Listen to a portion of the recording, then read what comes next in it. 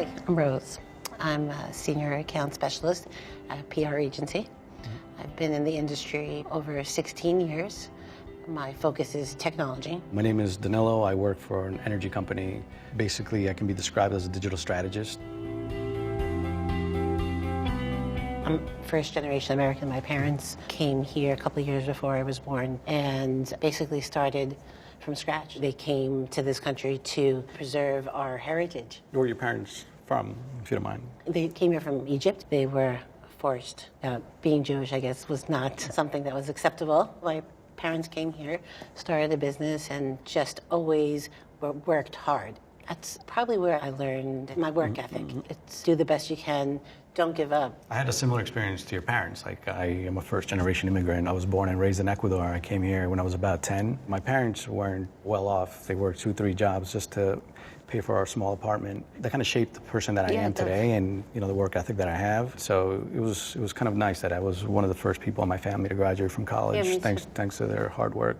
I've had situations in where I've applied for a job, and I've been friends with the person who's known the hiring manager, and she's gone back to me and said, like, oh yeah, they loved your resume, but they couldn't pronounce your name, so like they sort of like called somebody else. I'm like, what? That makes no sense. I believe that.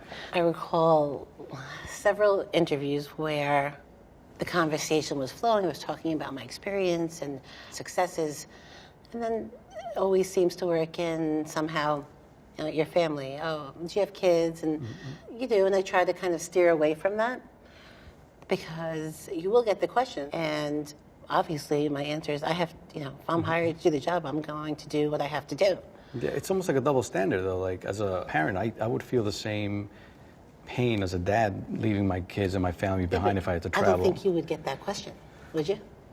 I don't know, but I should get that question. I was actually once told, well, maybe you shouldn't be working right now.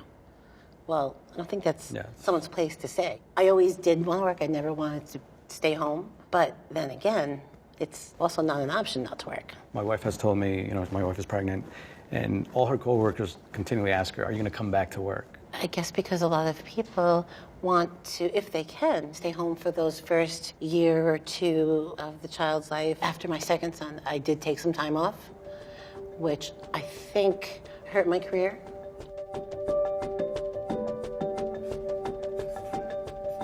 I've never done this before. 3, 2, 1, go.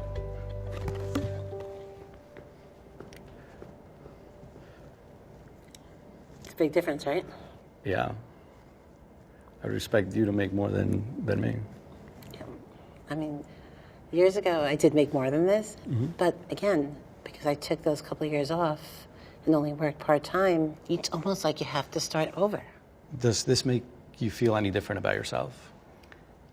A little bit, even though I knew you probably made more than me. It's just actually seeing it. It's tough to actually see. I didn't realize how I would feel sharing my salary publicly.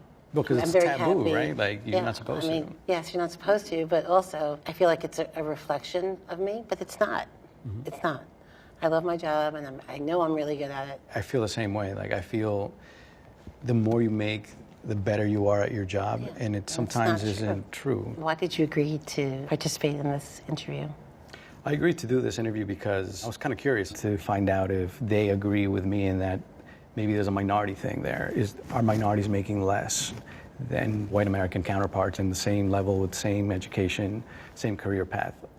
Just because of some personal experiences that I've had, that's one of the main reasons I took this opportunity. So just how I may not think that's an issue, I may see that as a non-issue, you see being a woman as a non-issue. Like it's just not something you think about because you don't have to deal with it.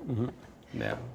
So after a full day of exposing our secrets, are you happy that you did this? I'm happy. I feel like I have like a weight lifted off my shoulders because of it's such a controversial topic that you're not supposed to tell your friends or your family member. Right. So it's kind of nice to be able to just talk to someone. If I had known then what I know now, I may have done things differently. I may have better prepared.